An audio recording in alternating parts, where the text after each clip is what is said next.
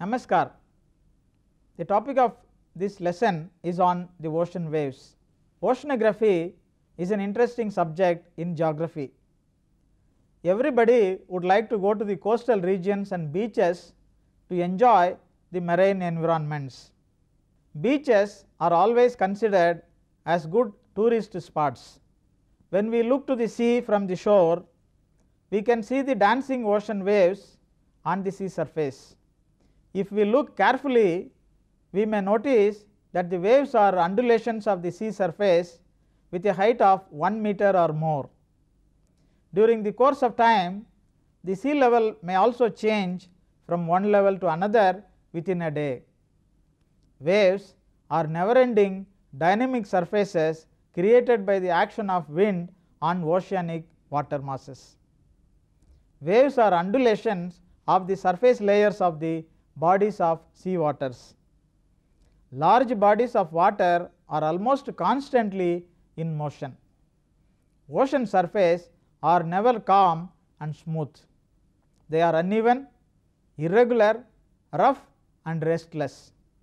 Sea waves are defined as undulations of sea water characterized by unique features. Waves are moving energy patterns. They travel along the interface between the ocean and the atmosphere.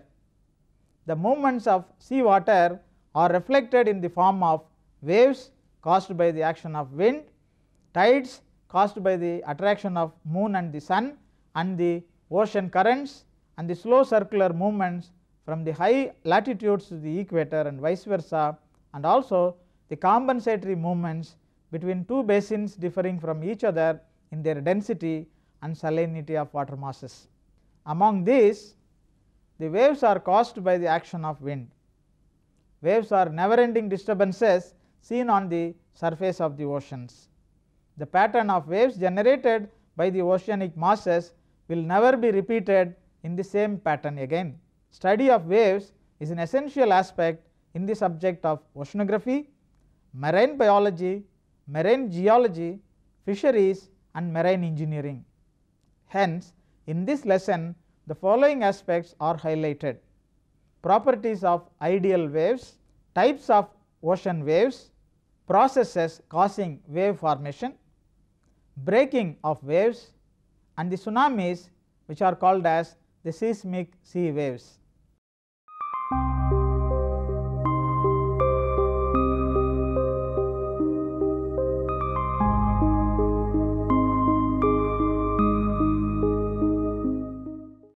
Let us see the first part, the properties of ideal waves.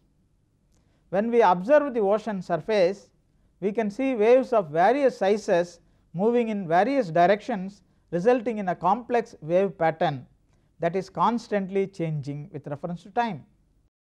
An idealized progressive wave will have a series of crests and troughs. Crests are the upper parts of the undulations and the troughs are the lower parts of the undulations. The vertical height between a crest and its adjacent trough is known as its wave height. The horizontal distance between two adjacent crests or troughs is known as the wavelength.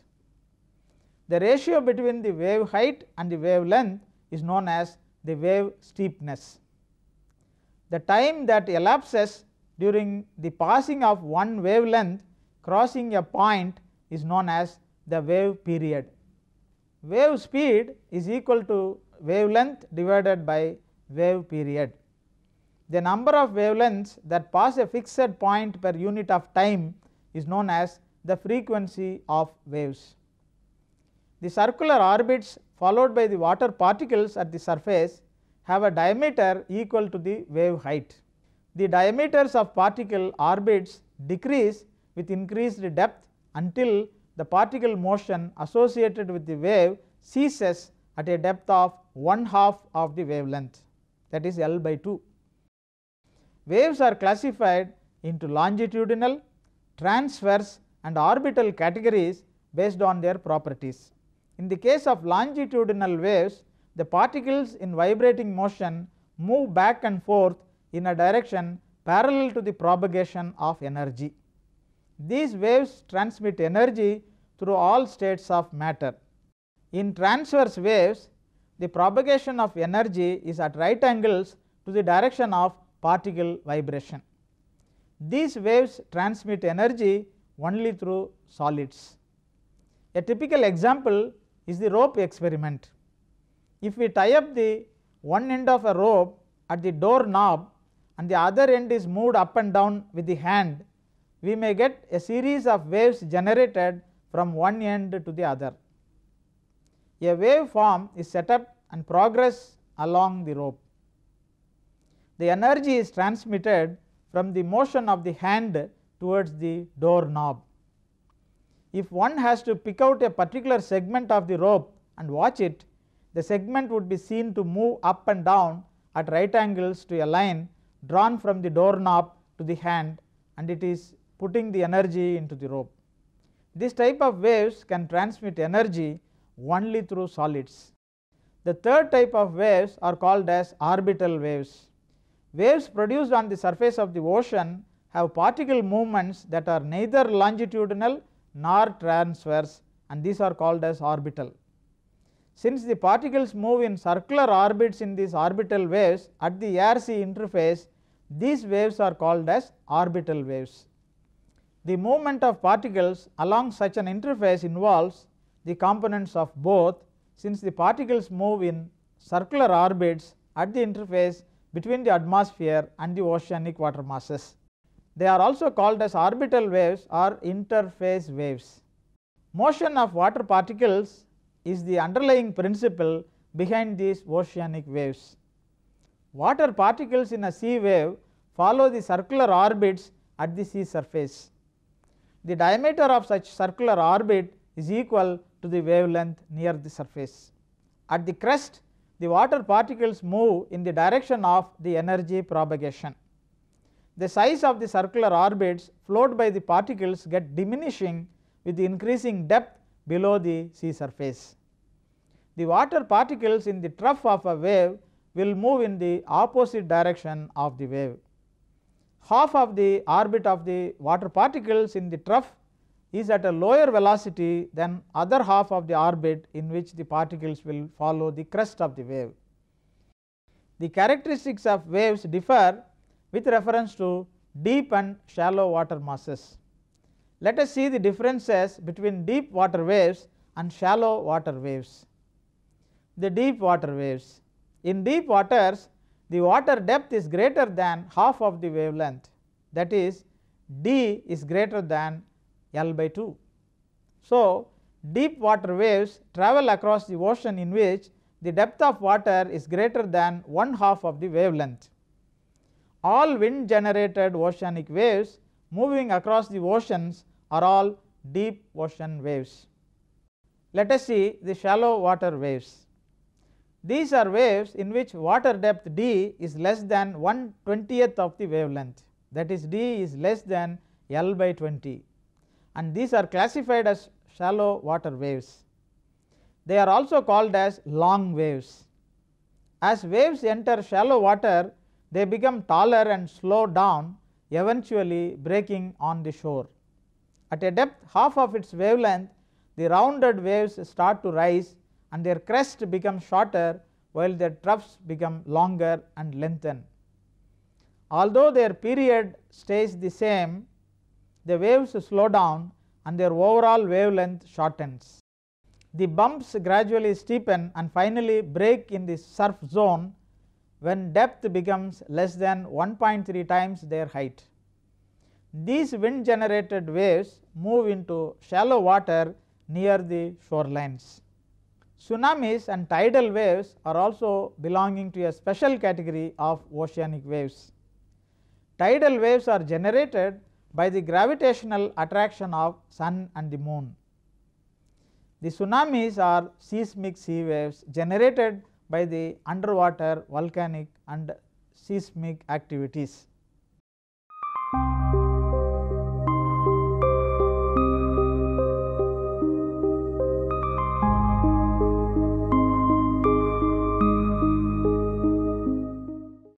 Let us see the types of ocean waves. As the wind blows over the surface of the oceanic water, energy is transferred from wind to the water masses. The ocean surface gets deformed into small rounded waves with V-shaped troughs. The wavelength of such initial waves is less than 1.74 centimeters. These are called as capillary waves. Such waves are easily destroyed by the surface tension. When the surface of oceanic water mass gets more and more energy from the wind blowing over it, waves increase in height and length. When the wavelength exceeds 1.74 centimeters, their shape resembles a sine wave. Such waves are called as gravity waves. These waves are characterized by pointed crests and rounded troughs. Over a period of time, three different types of wind waves develop as capillary waves or ripples, seas and swells. Ripples are known as capillary waves. Ripples appear on smooth water when the wind blows, but will die quickly if the wind stops. The restoring force that allows them to propagate is surface tension. Seas are larger waves that are formed under irregular and unsustained winds. Seas can last long after the winds have died out. As seas propagate away from their area of origin, they naturally separate according to their direction and wavelength. They are irregular waves running in different directions. The factors responsible for these are the wind speed, the time during which the wind blows in one direction, and the fetch, the distance over which the wind blows in one direction. So, the time during which the wind blows in one important factor, and the fetch is another important factor which is related to the distance over which the wind blows in one direction. The amount of energy gained by a wave is reflected on its wave height. The usual height in a sea wave hardly exceeds 2 meters in the normal circumstances. Waves commonly break when one angle at the crest is less than 120 degrees. That is, the rotation of wave height to wavelength is 1/7. Swells are another category of waves. Swells are formed when seas move away from their point of origin, separating naturally as per direction and wavelength. Swells are regular waves. Transitional waves are another type of waves that are having wavelength greater than the depth of water, but less than 20 times the water depth, and are categorized as transitional waves. In these types of waves, the velocity depends partly on the wavelength and partly on the depth of water.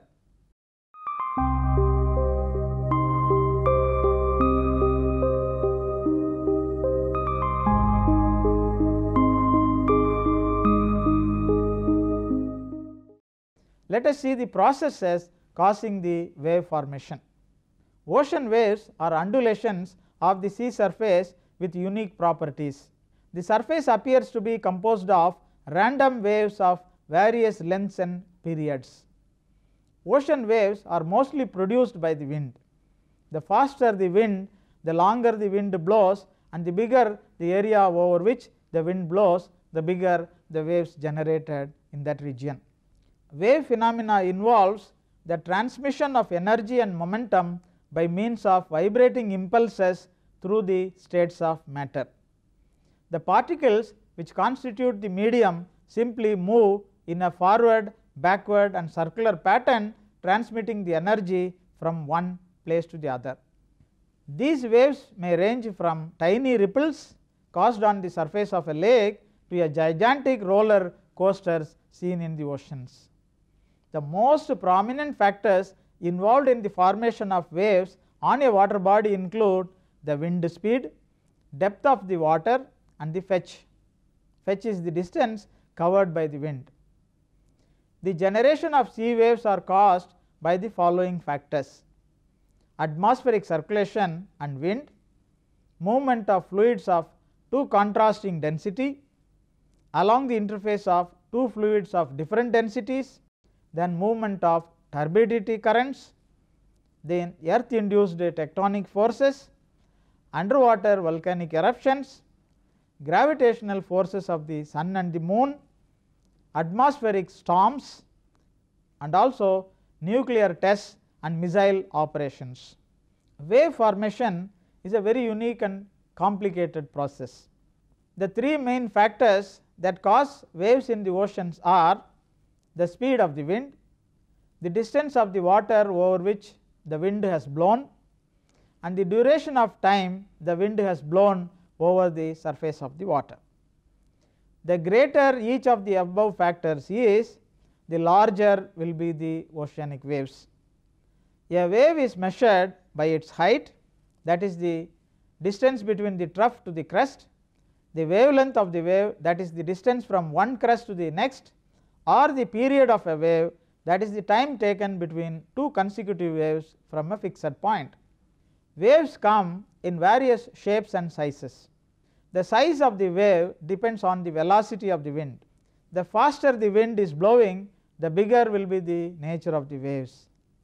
This is the reason the waves which form during a storm, wherein the wind speed is quite high, are bigger than the waves we see daily.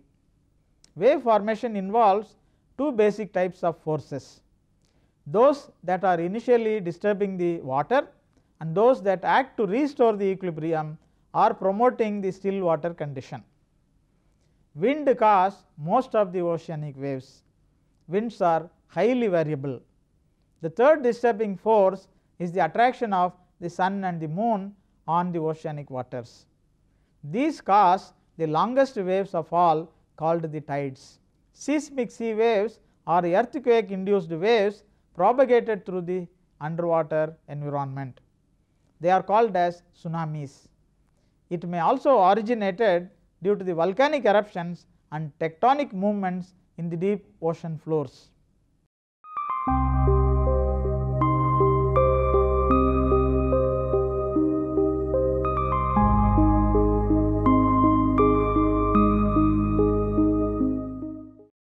Let us see the fourth aspect of breaking of waves. Waves in shallow waters near the beaches are found to be diving and breaking. They are called as wave breakers. An impressive amount of energy is dissipated by breaking waves in the swift. A single wave of 1.2 meters high with a 10-second period striking the coast is estimated to release 50 million horsepower of energy. Most of this energy is released as heat which is not detectable. Waves are destroyed by opposing winds. Others interact and more cancel each other, but most of them end up as breakers. As waves encounter to shallow water bodies, the wave heights increase and the wavelength decreases. Consequently, wave steepness also increases. The wave becomes unstable and forms the breakers. The belt of nearly continuous breaking waves along the shore over a submerged bank is known as the surf zone. Surf is a mix of breakers. It forms as different types of waves approach a shore and interact with the shallow water bottom. There are four basic types of breaking water waves as spilling breakers, plunging breakers, surging breakers, and collapsing breakers. Let us see the spilling breakers. When the ocean floor has a gradual slope, the wave will steepen until the crest becomes unstable, resulting in turbulent white water spilling down the face of the wave. This continues as the wave approaches the shore and the wave's energy is slowly dissipated in the white water. Because of this, spilling waves break for a longer time than the other waves and create a relatively gentle wave. Onshore wind conditions make spillers more likely. They cause rows of breakers rolling towards the beach.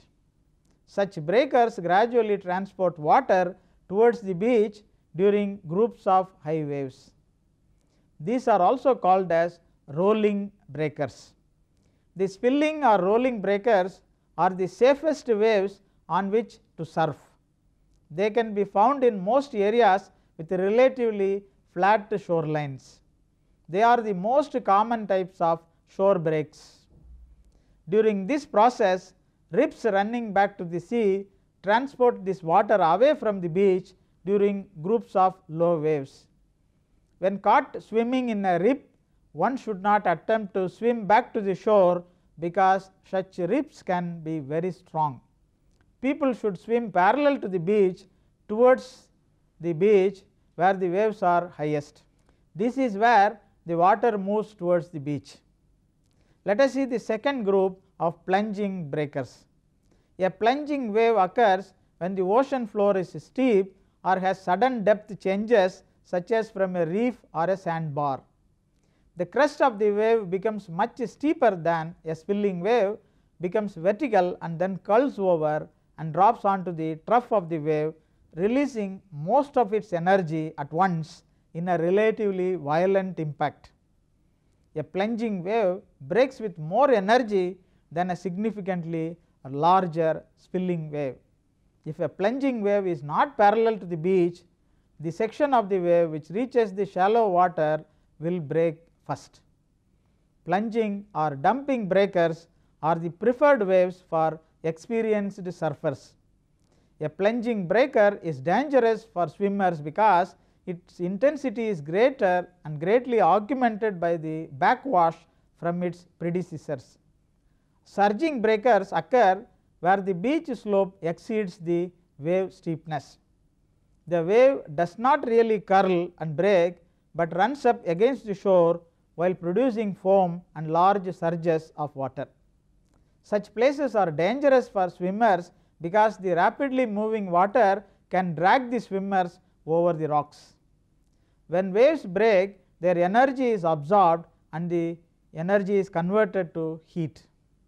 On steeper beaches, the energy of the wave can be reflected by the bottom back into the ocean, causing the standing waves. This can result in a very narrow surf zone or no breaking waves at all. Let us see the collapsing waves. Collapsing waves are a cross between plunging and surging breakers. In this, the crest never fully breaks, yet the bottom face of the wave gets steeper and collapses, resulting in foam. Rogue waves are another categories of waves. They are also known as freak waves, monster waves, killer waves, extreme waves and abnormal waves. They are relatively large and spontaneous ocean surface waves that occur far out in the sea. They are a threat even to large ships and ocean liners. Rogue waves seem to occur in deep water or where a number of physical factors such as strong winds and fast currents converge together in the oceanic water masses.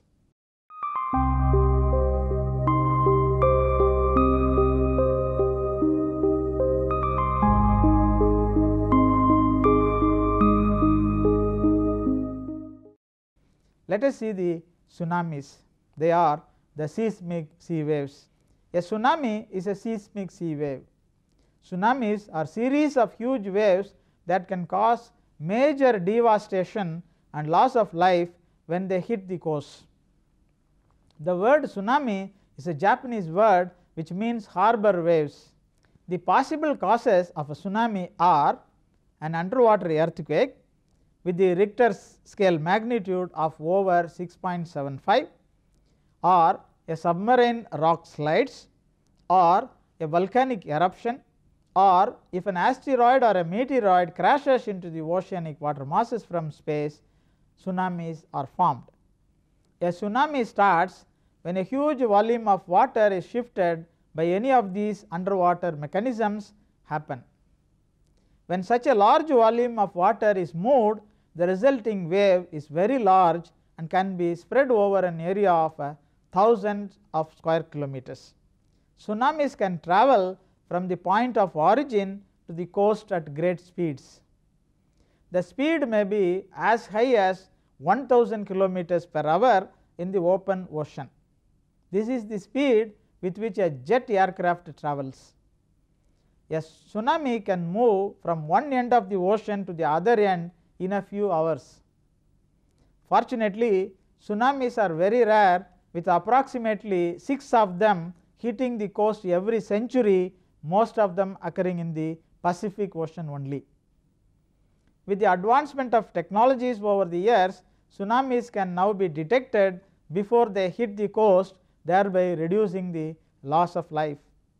Mega tsunamis may occur when asteroids hit the ocean or when volcanoes erupt. The amplitude of a tsunami depends on the size of the original disturbance and also the distance travelled by the waves. A tsunami wave behaves much as the same as the widening circle radiating out from a pebble sponge.